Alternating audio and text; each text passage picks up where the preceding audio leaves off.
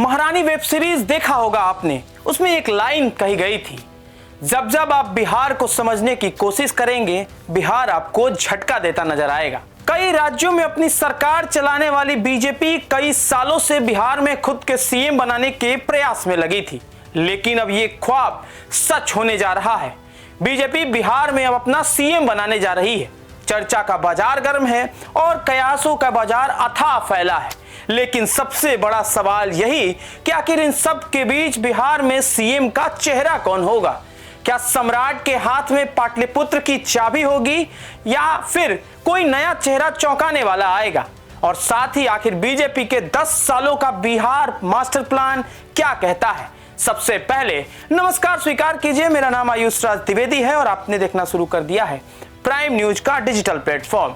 बिहार के मुख्यमंत्री नीतीश बाबू अब दिल्ली पहुंच गए हैं। बिहार के मुख्यमंत्री नीतीश कुमार शुक्रवार यानी कल 10 अप्रैल को राज्यसभा की सदस्यता भी ग्रहण कर लेंगे। उनके लिए विशेष व्यवस्था की गई है। बिहार के बाकी 4 राज्यसभा सांसदों को उनसे अलग शपथ दिलाई जाएगी। नीतीश कुमार 10 अप्रैल को कहा जा रहा है कि दोपहर 12:15 बजे शपथ लेंगे और बाकी राज्यसभा से जीत कर आए बिहार से 4 सांसद यानी नितिन नवीन, उपेंद्र कुशवाहा, रामनाथ ठाकुर और शिवेश राम संसद के सत्र शुरू होने पर यानी 16 अप्रैल को शपथ लेंगे। यह विशेष व्यवस्था क्यों बनाई गई यह समझना मुश्किल नहीं है। इसके लिए भी बहुत तरह के बाजार सियासत में चर्चा में है। ऐसा लग रहा है कि जनता दल यू और बीजेपी दोनों के नेता नीतीश कुमार की सार्वजनिक उपस्थिति को कम ही रखना चाहते हैं, क्योंकि नीतीश कुमार का कई जगहों पर आचरण को लेकर सवाल उठता रहा है। सिर्फ शारीरिक स्वास्थ्य का मामला होता तो कोई बात नहीं, आखिर शरद पवार साहब भी तो व्हीलचेयर पर बैठकर शपथ लेने गए थे। लेकिन नीतीश कुमार के मामले में मामला उनके अलग अलग ढंग से जिस प्रकार से मंच पे हरकतें हैं उसको लेकर है। उनको 20 नवंबर 2025 को पटना के गांधी मैदान में मुख्यमंत्री पद की शपथ पढ़ने में भी समस्या हो रही थी। कल शपथ हो जाएगा, उनका जो सपना राज्यसभा वाला है वो भी पूरा हो जाएगा। लेकिन क्या बीजेपी का सपना पूरा होगा? क्या बीजेपी सम्राट चौधरी को कुछ बड़ी जिम्मेदारी देने वाली है? लेकिन इसमें भी अड़चनें हो सकती हैं। अगर सम्राट चौधरी मुख्यमंत्री बनते हैं तो जेडीयू के तरफ से निशांत कुमार का नाम आगे बढ़ाया जा सकता है। यहीं पर पेच फंसेगा। समझिए क्यों? क्योंकि बिहार वो राज्य है जहां हर बात में जात और सोशल इंजीनियरिंग की बात होती है। यानी लव कुश की जोड़ी बिहार के सत्ता की चाबी पर बैठेगी तो सवर्ण, दलितों और बाकी जातियों में नाराजगी झेलनी पड़ सकती है। लेकिन यह मसला सिर्फ बाहर से ही नहीं है। ये समझिए कि लव कुश है क्या। लव कुश बिहार में कुशवाहा और कुर्मी जाति को कहते हैं। तो ये आपने समझा। अब चलिए आपको संजय झा का वो बयान सुनवाते हैं जो चर्चा में है। कल शपथ ग्रहण होगा, उसके बाद मुख्यमंत्री जी वापस आएंगे और 13 तारीख के बाद सारी प्रक्रिया सरकार बनाने की शुरू हो जाएगी। सुना आपने, सरकार को लेकर कवायद तेज है, लेकिन चेहरा कौन होगा चर्चा अभी भी यही बनी है, क्योंकि यह लड़ाई पाटलिपुत्र के उस सियासी गद्दी की है जिसकी चर्चा बिहार से लेकर देश भर में है। सवाल यह कि सम्राट चौधरी चेहरा होंगे तो क्यों होंगे। सम्राट चौधरी को नीतीश कुमार का करीबी माना जाता है। कई बार सीएम ने खुद स्टेज से उनका हाथ आगे भी किया। 8 साल के बाद जब रिजर्व बैंक के बोर्ड की बैठक पटना में हुई तो उसमें हिस्सा लेने के लिए आरबीआई के गवर्नर संजय मल्होत्रा जब पटना पहुंचे तो मुख्यमंत्री नीतीश कुमार के अलावा सिर्फ सम्राट चौधरी से मुलाकात की। गौर करने वाली बात यह है कि सम्राट चौधरी साहब तो वित्त मंत्री भी नहीं है। इससे पहले जानकार सूत्रों ने यह भी बताया कि सीमांचल में जब अमित शाह के 3 दिवसीय प्रवास के दौरान गृह मंत्रालय के अधिकारियों को सम्राट चौधरी के साथ समन्वय के लिए कहा गया था तो वे नीतीश कुमार को भी पसंद बताए जाते हैं। और भाजपा ने भी पिछले 5 सालों में उनका राजनीतिक कद लगातार बढ़ाया है। वो एनडीए के सामाजिक समीकरण का प्रतिनिधित्व भी करते हैं। लेकिन फिर सवाल वहीं खड़ा हो जाएगा, क्या बिना दिल्ली बीजेपी आला कमान के कुछ भी साफ है? क्या बिहार में कुछ ऐसा होगा जिसकी चर्चा किसी ने नहीं लगाई थी? हालांकि आज पटना में सम्राट चौधरी को लेकर कई पोस्टर भी लिखे गए। विजुअल्स के माध्यम से आप उन तस्वीरों को देख रहे होंगे। एक तरफ यह भी चर्चा चल रही है कि बिहार में बीजेपी नए सीएम के नाम को लेकर कुछ चौंका सकती है। बीजेपी कई राज्यों में चौंकाई भी है। चर्चा तो यहां तक है कि बीजेपी किसी ऐसे चेहरा को सामने ला सकती है जिसकी उम्मीद किसी को नहीं होगी। लेकिन यहां भी थोड़ी दिक्कत है। जानिए इसको। वो नया चेहरा पार्टी को सबको स्वीकार होना चाहिए। इसके लिए आपको काफी पीछे जाना होगा, जिसकी बात नीतीश कुमार अपनी सभाओं में अक्सर करते हैं। अब ये भी समझ लीजिए कि बीजेपी का जो मुख्यमंत्री होगा सिर्फ दिल्ली से नहीं बल्कि इसका नागपुर कनेक्शन भी होगा, यानी बिना आरएसएस के राय के कुछ संभव नहीं। संघ की प्राथमिकता ऐसे नेताओं को आगे बढ़ाने की रही है जो संगठन में लंबे समय तक काम कर चुके हो, जिनकी जड़ें वैचारिक रूप से आरएसएस बैकग्राउंड की हो। सूत्रों के अनुसार संघ के भीतर एक वर्ग ऐसे नेता को तरजीह देना चाहता है जिसका संगठनात्मक अनुभव गहरा हो और जो बिना विवाद के संतुलित बिहार में नेतृत्व दे सके। इस संदर्भ में विजय कुमार सिन्हा जैसा नाम अक्सर चर्चा में रहता है। विजय कुमार सिन्हा की छवि अक्सर आप देखते हैं कड़क नेता की रही है। उनकी छवि संगठन के भीतर भी स्वीकार्य मानी जाती है और जाति से भूमिहार आते हैं। ऐसे में सवर्णों को साध कर बीजेपी बड़ा सियासी दांव खेल सकती है। अब आप जानते हैं कि बिहार में अब मुख्यमंत्री कब बनेगा, क्या होगा, कब इसका निर्णय लिया जाएगा, इसके बारे में भी जान ले। आज दिल्ली में बीजेपी की बड़ी बैठक भी होने वाली है, लेकिन 12 अप्रैल को विधानमंडल दल की बैठक होने की संभावना भी है। इस बैठक में मौजूदा मुख्यमंत्री के उत्तराधिकारी को लेकर फैसला संभव है।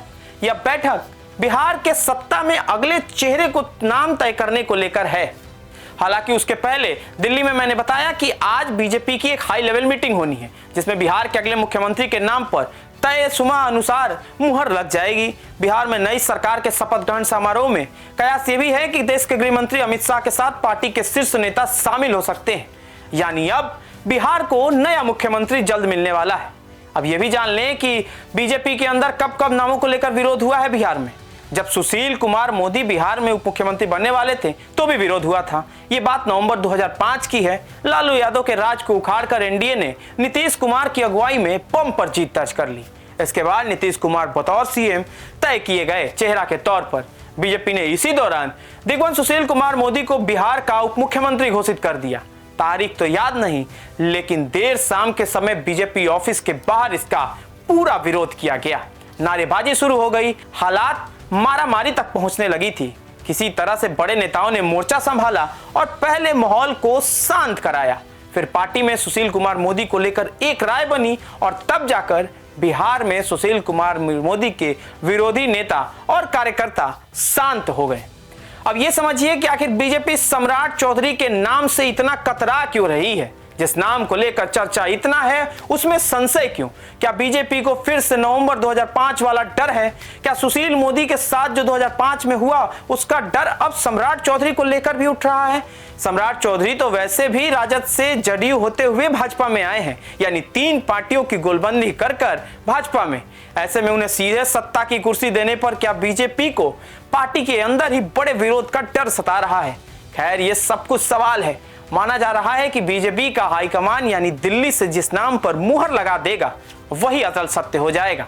वो वक्त ही बताएगा, और वक्त जब पत्ता खोलता है तो भाजपा अक्सर तमाम कयासों पर लगाम लगाते हुए एक नए विकल्प के तौर पर चेहरे को सामने कर देती है। अब चलिए आपको बीजेपी के उस मास्टर प्लान के बारे में बताएं जिसको लेकर चर्चा खूब है। लोग तो ये भी सोच रहे हैं कि क्या बिहार में मास्टर प्लान के तौर पर यूपी वाला फॉर्मूला अपनाया जाएगा या फिर बीजेपी कुछ और सोच रही है। समझिए सिलसिलेवार तरीके से। सबसे पहले इसको बीजेपी का बिहार में मास्टर प्लान ये है कि वो आने वाले वक्त में बिहार में लंबे समय तक अपना मुख्यमंत्री बनाए रखे।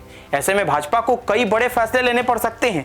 उदाहरण के तौर पर उत्तर प्रदेश का चुनाव को देखें तो यूपी में चुनाव जीतने के बाद 17 में जब योगी आदित्यनाथ को मुख्यमंत्री बनाया गया तो बीजेपी का मुख्य फोकस विकास के एजेंडे पर यूपी को आगे ले जाने का था। ऐसे में एक्सप्रेसवे से लेकर इंडस्ट्रियलाइजेशन तक बड़े बड़े प्रोजेक्ट यूपी में आए। अब बीजेपी का यही प्रयास है कि यही सब कुछ बिहार में किया जाए, यानी जातिगत राजनीति को साधने के साथ साथ विकास के बड़े बड़े प्रोजेक्ट अब बिहार में आए। बिहार में पलायन का मुद्दा गहराता रहा है। अक्सर पलायन चुनावी मुद्दा बनकर रह गया, लेकिन क्या इस बार बीजेपी एक लॉन्ग टर्म फॉर्मूले यानी मास्टर प्लान पर काम कर रही है जिसके तहत बिहार में अगर मुख्यमंत्री बनता है तो उस सोशल इंजीनियर वाली पॉलिटिक्स जिसको लेकर लालू प्रसाद यादव और नीतीश कुमार लंबे समय तक राजनीति करते आए हैं उस पर लगाम लगाई जा सके और तेजस्वी यादव के सामने यानी मुख्य विपक्षी नेता के सामने बीजेपी एक बड़े विकल्प के तौर पर अकेले बिहार में दम भर सके।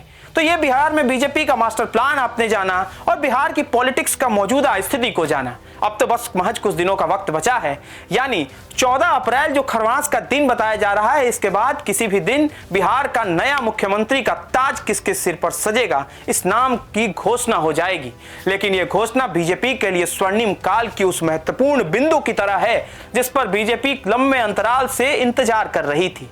यानी जिस पाटलिपुत्र की सियासी गद्दी को हासिल करने में बीजेपी कई वर्षों से लगी थी, अब उस पाटलिपुत्र की गद्दी पर नया सम्राट मिलने वाला है। सम्राट का मतलब सिर्फ सम्राट चौधरी नहीं, बल्कि बिहार का एक ऐसा मुख्यमंत्री मिलेगा जो बीजेपी को लंबे समय तक सियासी फायदा पहुंचा सकता है। तो आज की इस वीडियो में बस इतना ही। आगे की तमाम बड़ी खबरों के लिए आप बने रहें प्राइम न्यूज के डिजिटल प्लेटफॉर्म के साथ।